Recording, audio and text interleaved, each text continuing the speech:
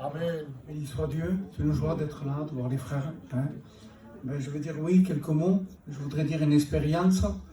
Et peut-être une expérience comment j'ai pu revenir au Seigneur. Parce que vous savez, c'est bien beau de revenir. De chanter des cantiques, de revenir. Mais je pense que le Seigneur attend de nous. On connaît, on sait, on se repent, on demande pardon. Il n'y a pas de problème. Mais je voudrais commencer en premier par l'expérience que j'ai donnée l'autre fois à l'autre église à Montpellier. J'étais attaqué, j'avais des combats et juste un seul mot. Pourquoi? Ou parce que. Tu vois? Pourquoi j'ai dit ça? Pourquoi j'ai fait ça? Pourquoi ça s'est passé comme ça? Pourquoi j'ai perdu ça? Pourquoi j'ai pas fait comme ça? J'aurais dû faire différemment. Et un mot de l'ennemi, j'étais attristé. J'étais dans mon cœur comme en prison. Mais le Seigneur est là et la parole de Dieu est là pour nous bénir.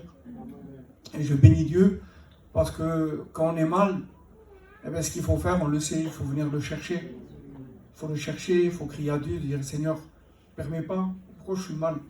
On n'a rien fait, on n'a pas touché le péché et on est mal. Ce sont des attaques de l'ennemi. Et ce mot me venait, pourquoi? Tu vois, et dans ce mot, j'étais mal et d'un coup le Seigneur m'a comme un puzzle. Vous avez vu le Seigneur souvent quand il nous parle, c'est comme un puzzle. Il prend une prière, il prend un mot.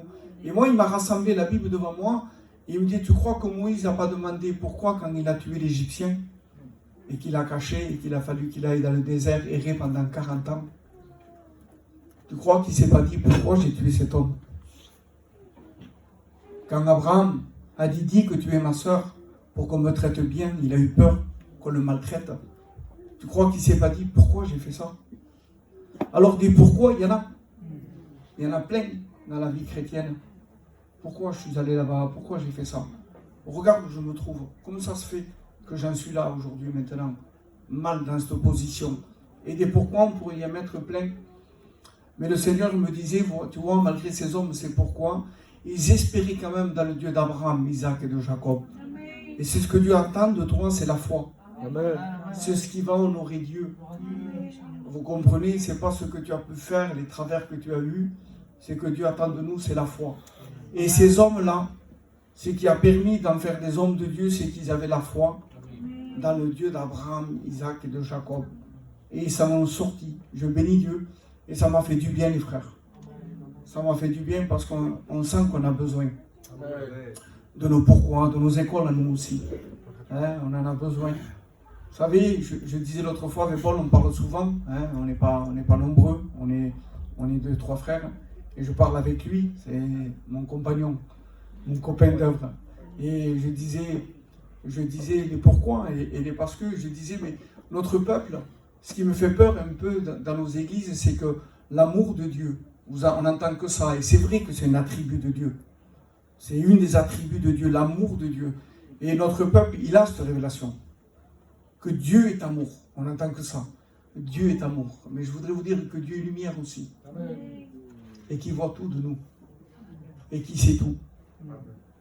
Et ce qui me fait peur, c'est que dans ce Dieu qui est amour, c'est qu'on oublie que ce que nous devons avoir aussi, c'est la crainte de Dieu. La crainte d'un Père respectueux.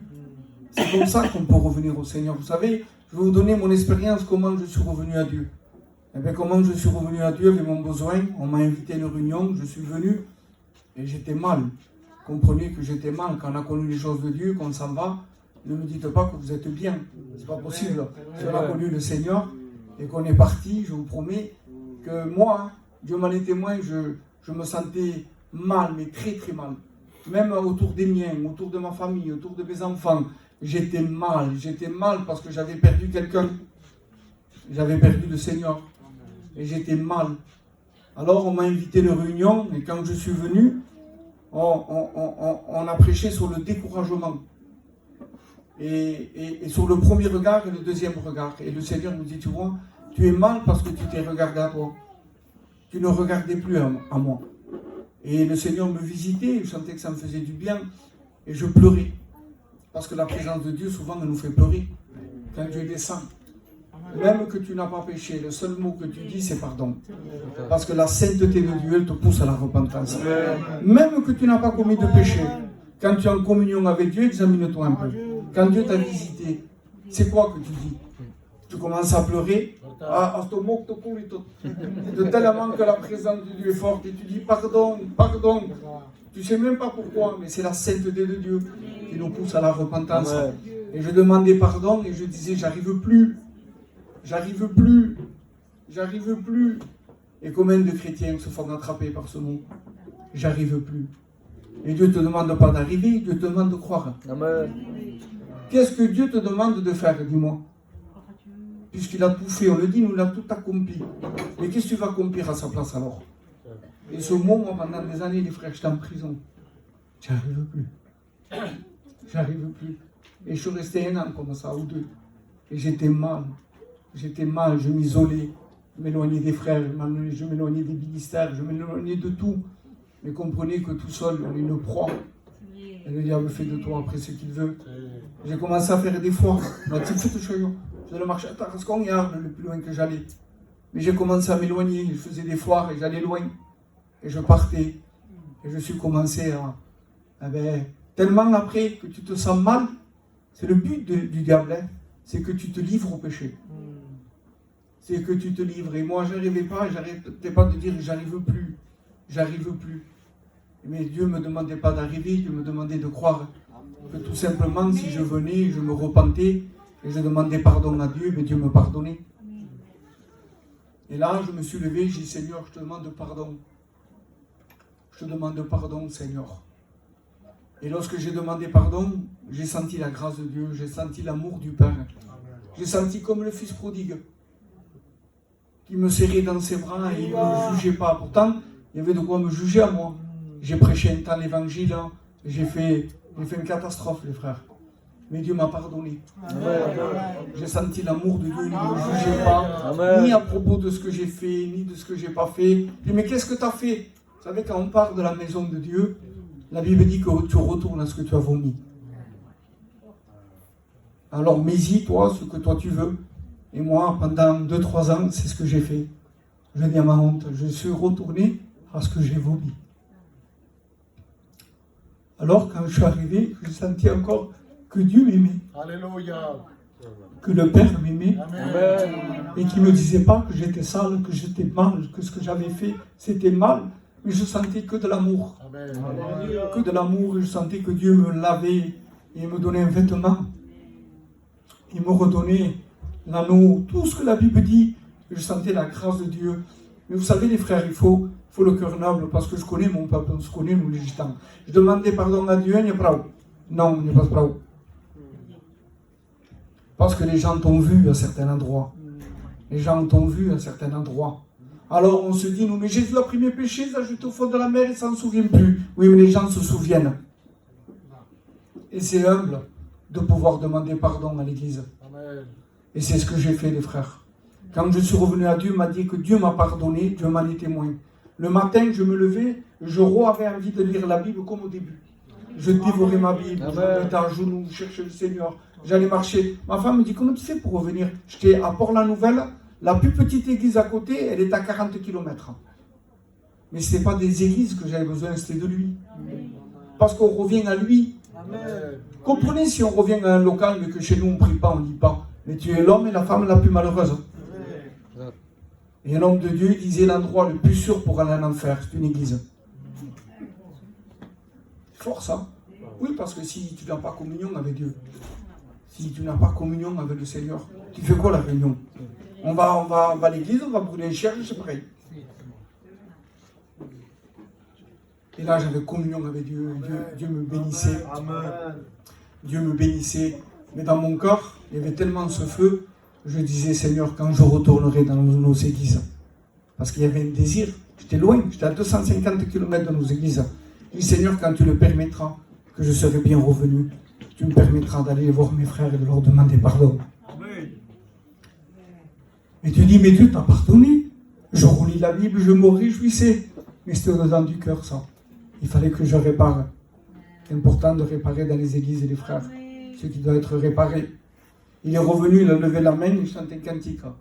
Non, frère, tu reviens, attends le fruit. Parce que dans la repentance, il y a un fruit. Et moi, mon fruit en moi, c'était ça. Il faut que j'aille voir mes frères, que je leur demande pardon. Amen. Je suis allé à Tarascon, j'ai témoigné, et je demandais pardon à tous les frères. J'ai dit, frères, je vous demande pardon. Amen.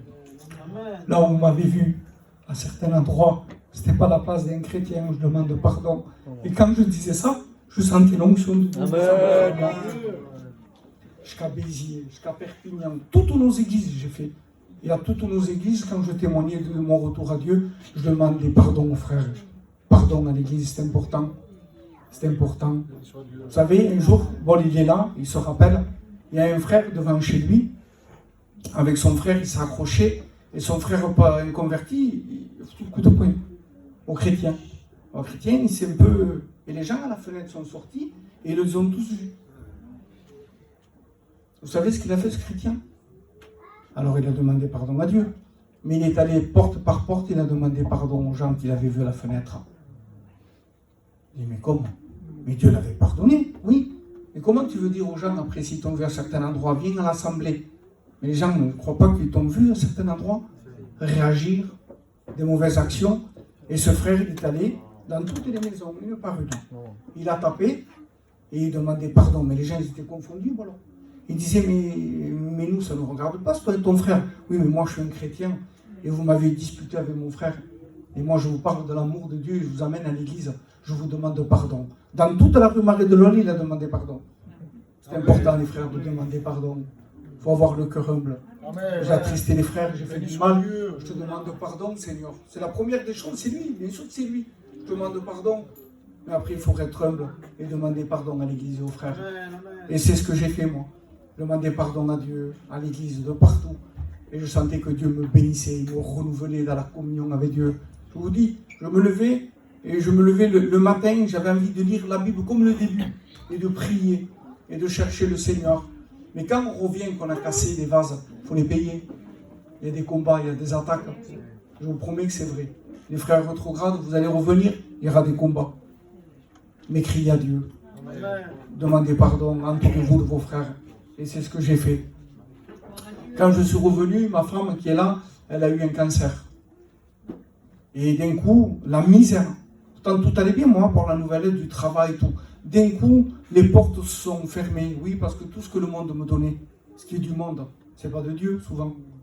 Mais là, quand j'étais revenu au Seigneur, les portes se fermaient, j'étais dans le besoin, et ma femme malade.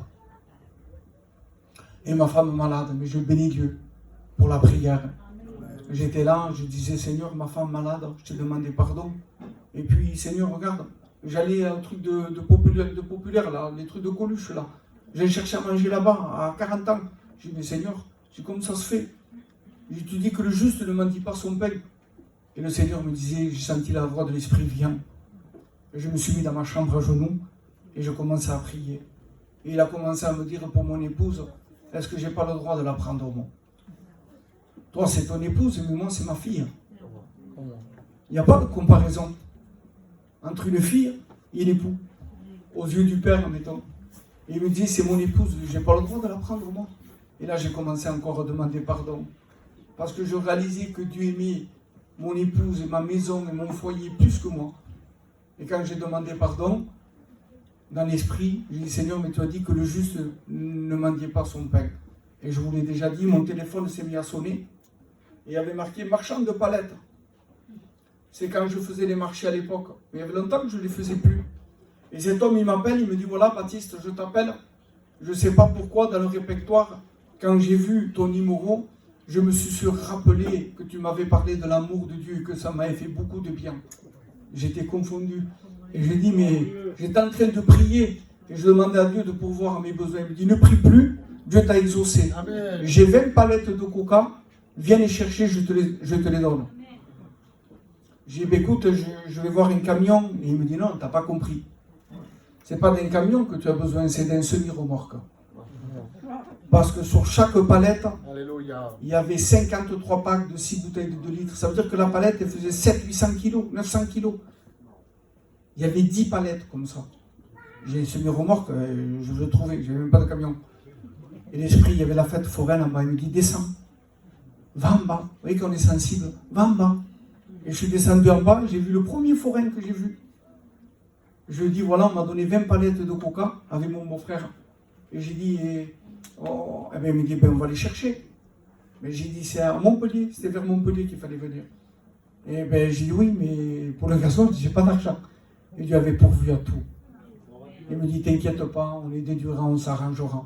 Je suis parti là-bas, à Montpellier, on a pris notre traversée pour la Nouvelle, Béziers, et on est arrivé ici.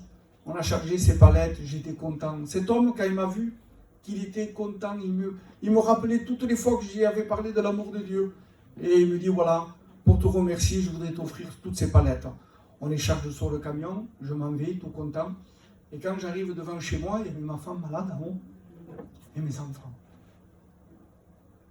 Amen. Et Dieu me disait, ne te réjouis pas de ces palettes, mais réjouis-toi à nouveau de ce que tu es avec moi. Combien de fois le Seigneur a pourvu aux besoins. Et oui, on s'attache à ça, nous. Au lieu de s'attacher qu'on a lui. C'est lui le plus important. C'est pas ce qu'on peut faire. Vous savez, je prêche plus, mais Dieu m'en est témoin que je suis passé au-dessus de ça. Il y a 7 ans que je suis revenu au Seigneur. Est-ce qu'une fois je suis allé voir les frères en leur disant que je voulais prêcher? Jamais de ma vie. C'est vrai, je suis venu pour le Montauban. Au comité, pas comité, frère, ça ne me dérange pas, frère. Parce que ce que j'ai retrouvé est beaucoup plus grand que tout ce que vous voyez. Dieu est avec moi, il me bénit. Je vous promets qu'il me bénit. Dieu me bénit et c'est ça le but, c'est de le retrouver à lui. C'est pas une place, c'est pas une fonction, c'est pas un titre. Retrouve-le à lui, s'il veut te le donner, ça il te le redonnera. Voilà, que Dieu vous bénisse, frère.